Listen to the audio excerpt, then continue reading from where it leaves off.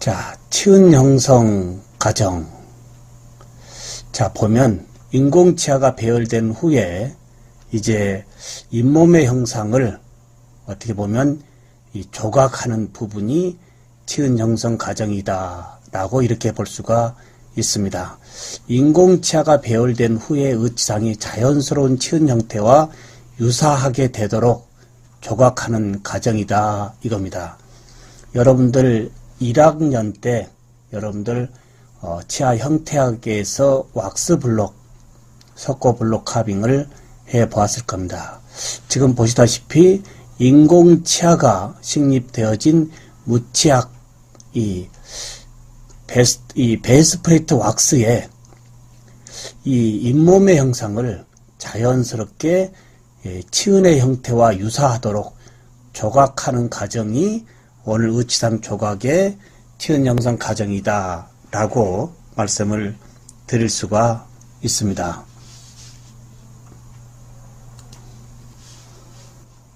자, 지금 이렇게 보시다시피 현재 이제 의치상의 조각 과정이 자연스럽게 구현되어진 여러 가지 나비치 형태를 볼 수가 있습니다. 자, 좀 더 자연스럽게 보인가요? 자연스럽게 이제 보일 수 있도록 왁스의 형상을 이제 여러분의 이 조각도를 이용해서 이제 좀 더 자연스럽게 잇몸의 형상으로 이제 조각하는 과정이다라고 보시면 되겠습니다. 자연치아의 잇몸의 이 형상을 이제 조각도를 이용해서 자연스럽게 재현해내는 과정이 의치상 조각의 치은 형성 과정이다라고 보시면 되겠습니다. 어떻게 보면 인공치 배열은 하나의 공식이지만 이 의치상 조각의 잇몸의 형상의 치은 형성 과정은 좀 더 디테일하게 표현해 줄 수 있도록 좋지 않느냐 이겁니다.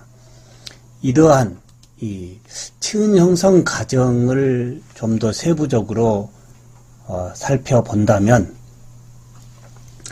먼저 의치상에 이제 왁스를 첨가해 줘야 되겠죠. 이때 왁스를 첨가해 줄 때 이 첨가하는 방법이 이제 용융법과 압접법이 있습니다. 용융법과 압접법, 과연 어떠한 방법일까요? 용융법과 압접법. 자, 두 가지 방법을 한번 살펴볼까요? 용융법과 압접법. 자, 치은 형성 순서에서 이제 용융법과 압접법을 이용을 해서 이제 치은 형성을 하는데, 용융법은 과연 뭐냐 이겁니다. 말 그대로 왁스를 용융을 시켜서 치은 형성하고자 하는 부위에 올려놓는 부분이다 이겁니다.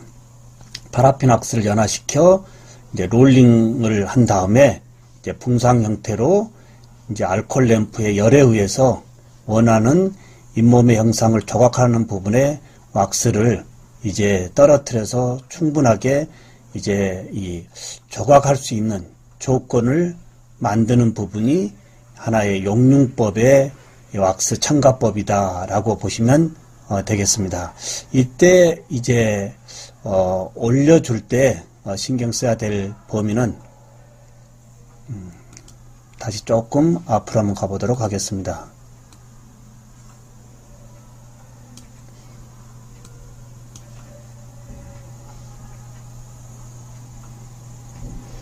자, 여기에서 왁스를 녹여서 녹여서 원하는 형태로 올리는 부분이 용융법이 되겠고요. 아니면 원하는 왁스를 잘라서 붙여서 이제 잇몸의 조각을 형성하고자 하는 부분이 압접법이 되겠죠. 그래서 녹여서 올리는 부분이 용융법이고요. 원하는 부분을 잘라서 붙여서 진행하는 부분이 앞접법이다라고 보면 되겠습니다. 두 가지 방법 또한 장단점이 다소 있을 수 있겠죠.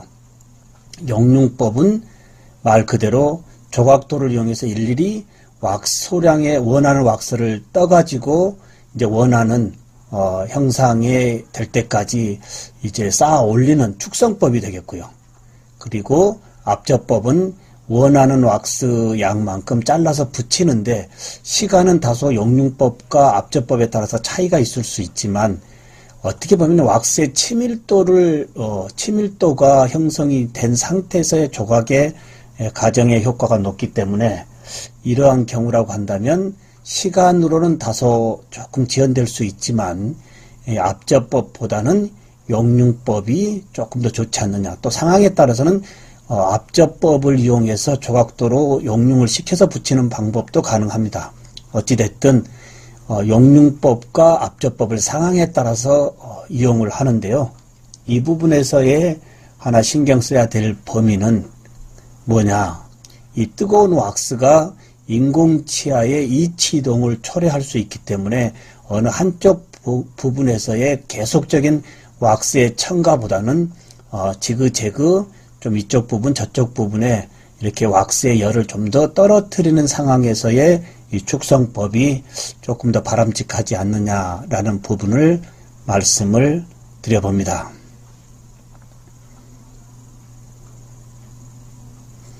자, 진행을 해볼까요? 자, 이렇게 해서 영융법과 앞접법을 이용해서 이제 원하는 왁스 양만큼 이제 첨가를 해줬습니다. 이제 이 두 번째는 이제 치은 형성 순서로 볼까요? 치은의 형성을 순서. 먼저 순현면의 형성이다 이겁니다.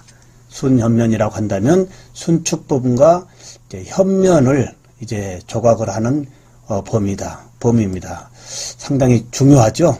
설측 범위는 다소 보이지 않기 때문에 큰 문제가 되지 않는다 하지만 이 순축과 협축 범위는 이 심미적인 이 조각의 과정으로 연결되어져야 되기 때문에 상당히 좀 신경을 써야 된다라는 부분입니다.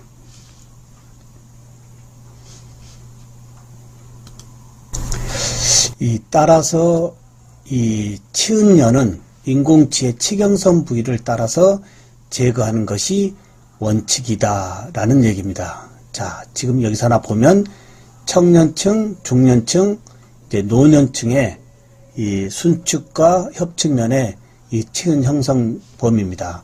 환자의 연령에 따라서 치은이 퇴축하므로 이 치은연과 치간 유도의 형태 및 이치가 상당히 중요하다라고 하는 거 이해될까요? 그래서 이제 노인들에게서의 이 치은, 과연 이 치은연 설정이 굉장히 중요하다라는 얘기입니다. 어떻게 해주는 것이 좋을까요? 이제 노인들의 연령층과 함께 이 치은의 퇴축이 곧 치은 형성 범위에서의 같이 연결되어져야 되기 때문에 좀 더 자연스럽게 치은 퇴축의 범위까지 형성해 주는 것이 좋지 않을까. 여기 보면 지금 청년층의 치은 그리고 노년층에 조금 더 이제 치은이 퇴축되어지는 부분. 노년층에 보면 루트의 이 범위가 이제 치은이 없어져서 루트가 노출되어지는 이러한 부분으로 다소 심미성은 높일 수 있지만 이 부분에서의 또 내진과의 결합력 범위는 또 유지력 증가로 하나 다른 유지 기전을 또 제공해 줘야 되는 부분도 생각을 해 줘야 될 겁니다. 이렇게 해서 먼저 순축면과 현면의 형성에서 여러분들이 신경 써야 될 것은 이제 노인들에게서의 이 치은면, 치간 유두의 형태 및 이치의 좀 심미성을 높여주는 거, 이 부분이 하나의 포커스다라고 보면 되겠습니다.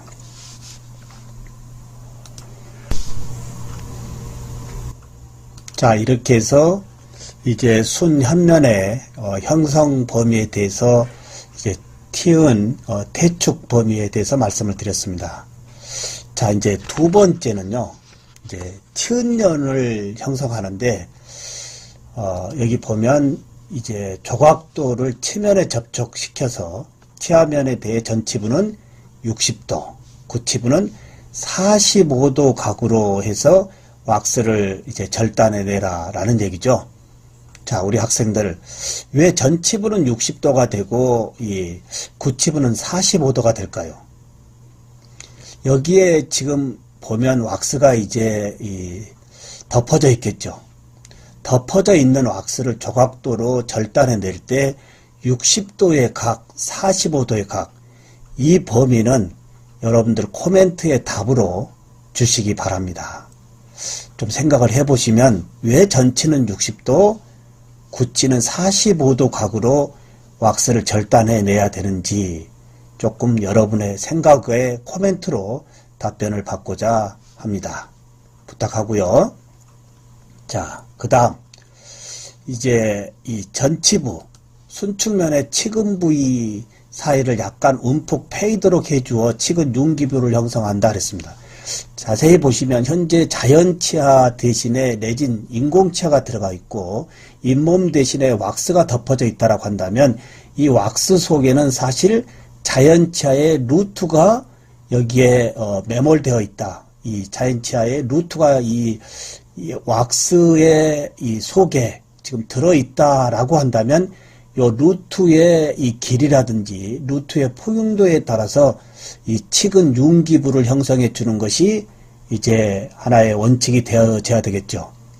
즉 구치부 협측면의 치근 부위 사이를 약간 움푹 패이도록 엠브러저의 역할로 약간 움푹 패이도록 해주고 치근 융기부를 약간 형성해 주라는 얘기입니다. 자, 여기 지금 보시면 캐나인으로 가정하면 캐나인의 루트가 제일 풍용하니까 루트의 풍용 범위에 치근 이 루트 끝부분으로 간다고 한다면 여기는 좀 더 조금 얇아지는 이러한 조각의 범위를 형성해 주라고 하는 거. 자, 이제 잇몸의 형상을 조각하는 과정입니다. 자, 다시 한번 보면 치근의 길이라고 하는 부분입니다. 치근의 길이가 이렇게 자연차의 길이가 이 가상으로 되어 있다라고 한다면 그 가상의 자연 치근을 생각을 해서 치근 부위의 돌출부와 함몰부 또는 이러한 망곡을 자연스러운 이 자연 치은 조직면에 일치될 수 있도록 모방해 달라라고 하는 부분입니다. 자, 상당히 좀 심리적으로 재밌는 과정을 진행하고 있죠. 자, 여기에 이제 하악 측절치 이 배열에서의 박칼과 링갈 이런 범위에 대해서도 여러분들이 좀 볼 수가 있고요. 자, 그 다음에 이제 S형 융기입니다. 즉 상악 구치 부위가 되겠죠. 구개 부위에서의 융기. 자, 상악 구개 부위에서 하나의 융기인데 전치부와 그 다음에 이제 이 구치부가 있겠죠. 상악 구개 부위 형성해서 전치부위를 한번 볼까요? 자, 보면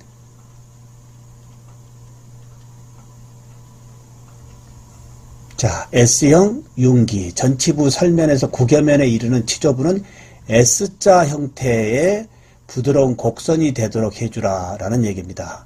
그리고 구개면의 두께는 일반적으로 2에서 2.5mm지만 구개부 후연 부위는 구개 점막과 자연스럽게 이행되도록 두께를 조절해 주라고 하는 거.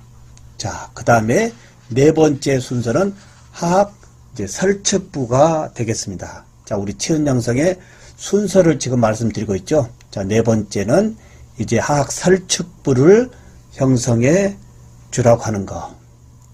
하악 설측부는 과연 어느 부일까요? 혀가 있는 부분이 되겠죠. 하악 설측부에 혀가 있는 부분.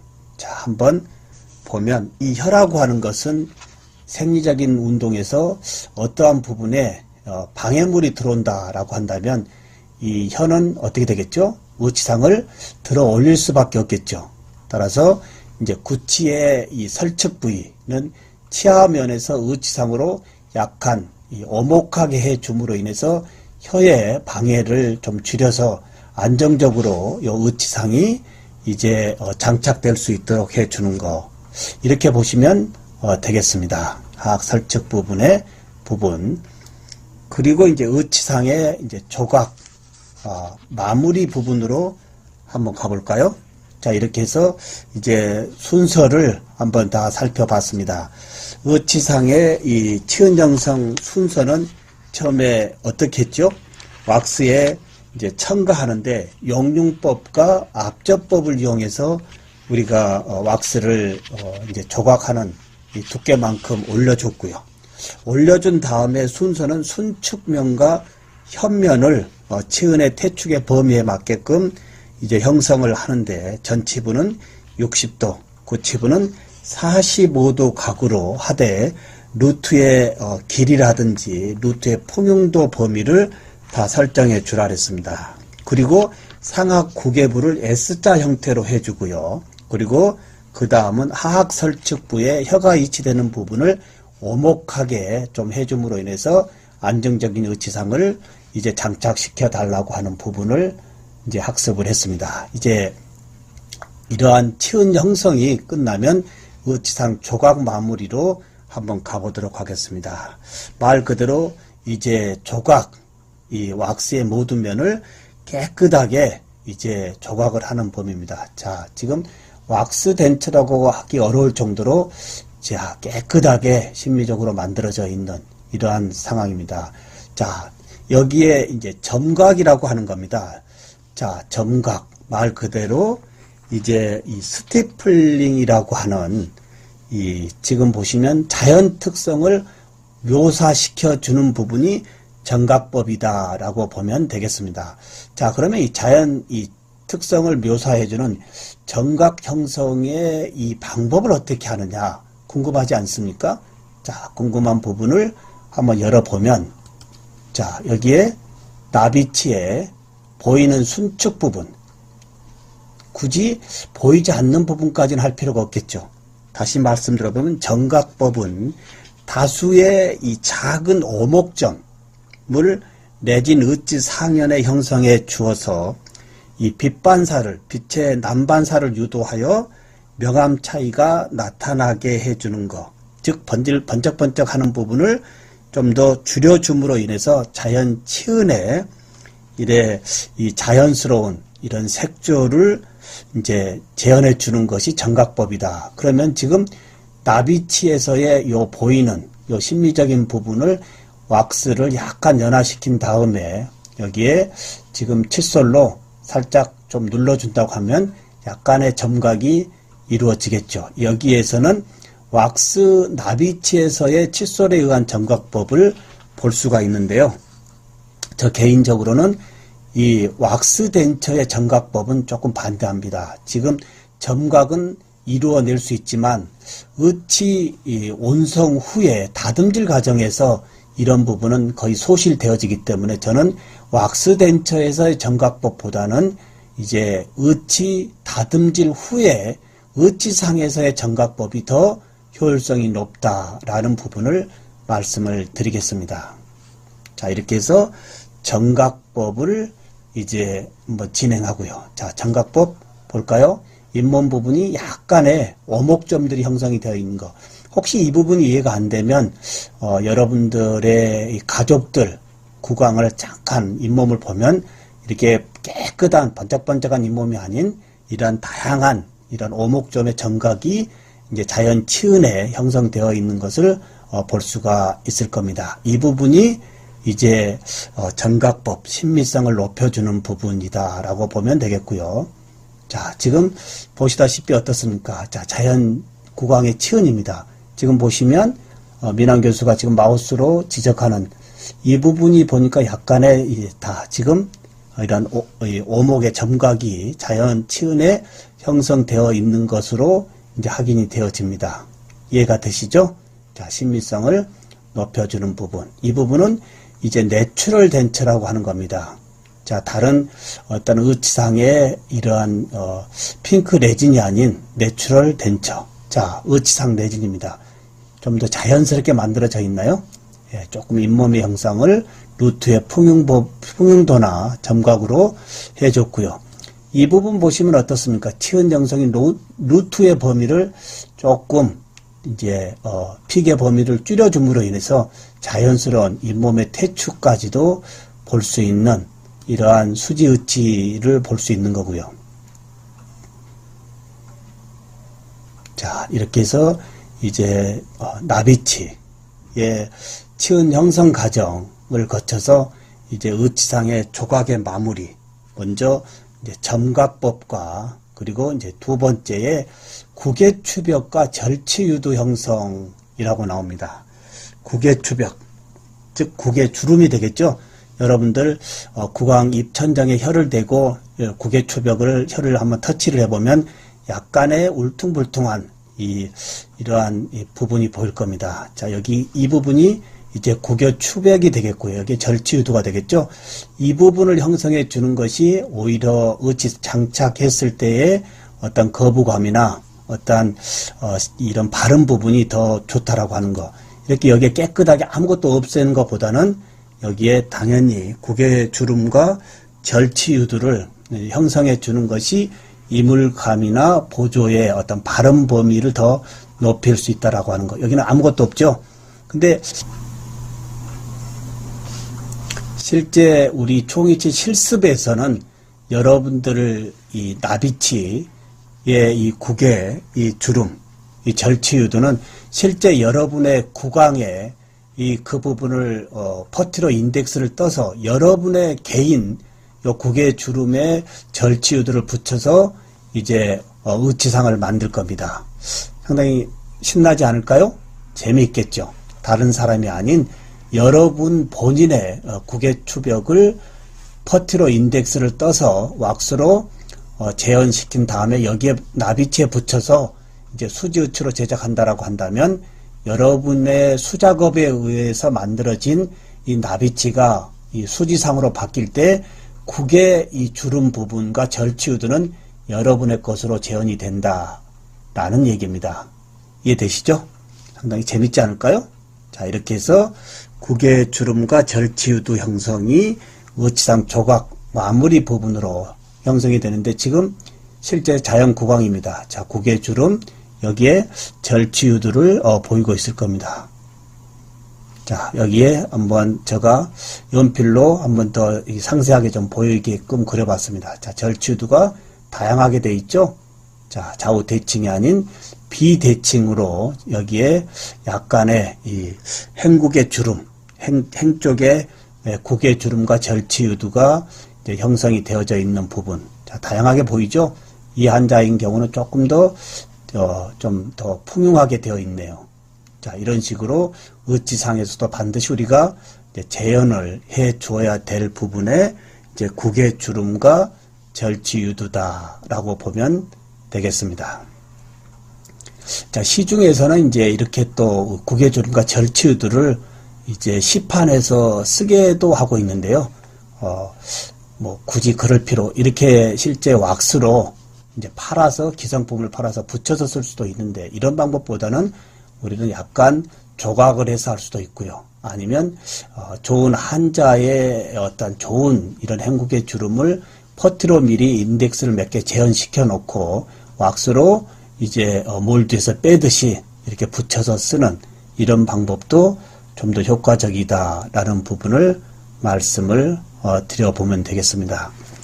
자, 이렇게 해서 이제 세 번째 이제 반응구 형성으로 하면 의치상의 조각 마무리는 마무리가 되어진다 이겁니다. 이 반응구는 인공 이 치의 설측에 해서 이제 근심으로 이루는 반응구 형태의 이제 설명 결절을 형성해 주는 거다 이겁니다. 자, 상악 전체 설측 형태의 설명 결절을 해주는데 저 개인적으로는 뭐 굳이 이 설측 결절까지는 해주지 않는다 하더라도 큰 문제가 없다라고 보면 되겠습니다. 자, 이렇게 해서 이제 왁스 덴처가 다양한 의치상의 이제 조각의 범위로 되어 있고요. 자, 지금 이제 동영상을 보면 현재 이제 지금 실제 조각을 시은 형성의 조각을 하는 범위를 볼 수가 있습니다.